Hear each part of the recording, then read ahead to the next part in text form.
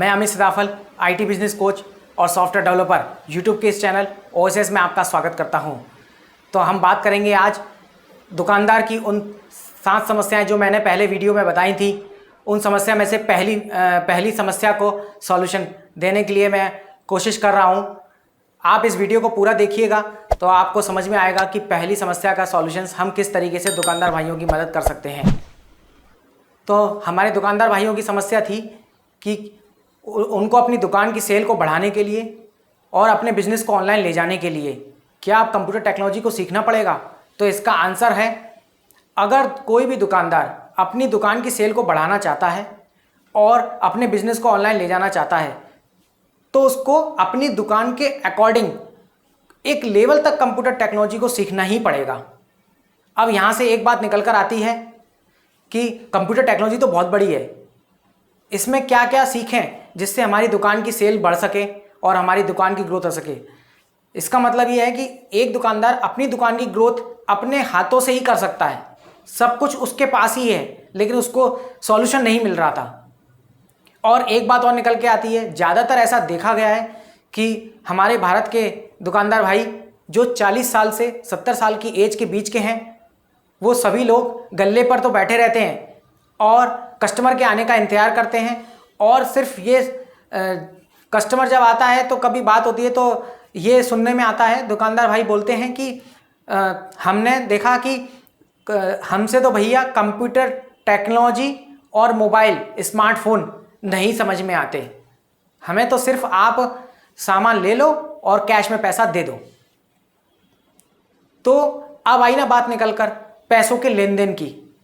अगर बात किसी दुकान की ग्रोथ को करने की है और उसको दुकान को ऑनलाइन ले जाने की है तो हम कैश में पैसों का जो लेन देन कर रहे हैं तो उससे क्या दुकान को ऑनलाइन ले जा सकता है? नहीं ले जाया जा सकता। भारत में गूगल पे, पेटीएम, फोन पे जैसी बड़ी कंपनियां हैं जो इन्होंने बहुत अच्छा डिजिटल सॉल्यूशन प्रोवाइड कर रही हैं भारत के अंदर। भारत को डिजिटल बनाने के लिए जितना योगदान और सभी लोग दे रहे हैं उतना ही दुकानदार भाइयों को भी देना पड़ेगा। और वो योगदान तभी दिया जा सकता है कि जब एक तो इसमें 2 फायदे हो रहे हैं, दुकानदार अपनी सेल को भी बढ़ा सकता है और कैश के झंझट से दूर हट सकता है और अपनी दुकान को डिजिटल भी कर पा रहा है, अपने पैसों के लेन देन को डिजिटल कर पा रहा है। तो पहली जो समस्या थी वो यही थी कि कंप्यूटर टेक्नोलॉजी में क्या क्या सीखें। तो कंप्यूटर टेक्नोलॉजी में सिर्फ हमको अभी तक अपने पैसों के लेन देन को डिजिटल कर लेना चाहिए। तो यही सबसे बड़ा सॉल्यूशन है पहली समस्या का। आपको दुकानदार भाइयों को ये समस्या का सॉल्यूशन समझ में आया होगा। मेरे वीडियो को सब्सक्राइब कीजिए और इसको ज़्यादा से ज़्यादा शेयर कीजिए। नेक्स्ट वीडियो में हम मिलते हैं, दूसरी समस्या के सॉल्यूशन को ढूंढेंगे, उसका भी सॉल्यूशन हमें जरूर मिलेगा। उस सॉल्यूशन के बाद हमको धीरे धीरे समझ में आने लगेगा कि हम अपनी दुकान को डिजिटल कैसे कर रहे हैं और ऑनलाइन कैसे ले जा रहे हैं और हमारी दुकान की ग्रोथ कैसे हो सकती है। जो दुकान हमारी बंद होने की कगार पर आ रही है उसको अगर हम अभी से ही, आज से ही डिजिटल कर लें और थोड़ा सा इन डिजिटल ऑनलाइन सॉल्यूशंस को सीख लें, जिन लोगों ने नहीं सीखा है और वो लोग सीखें।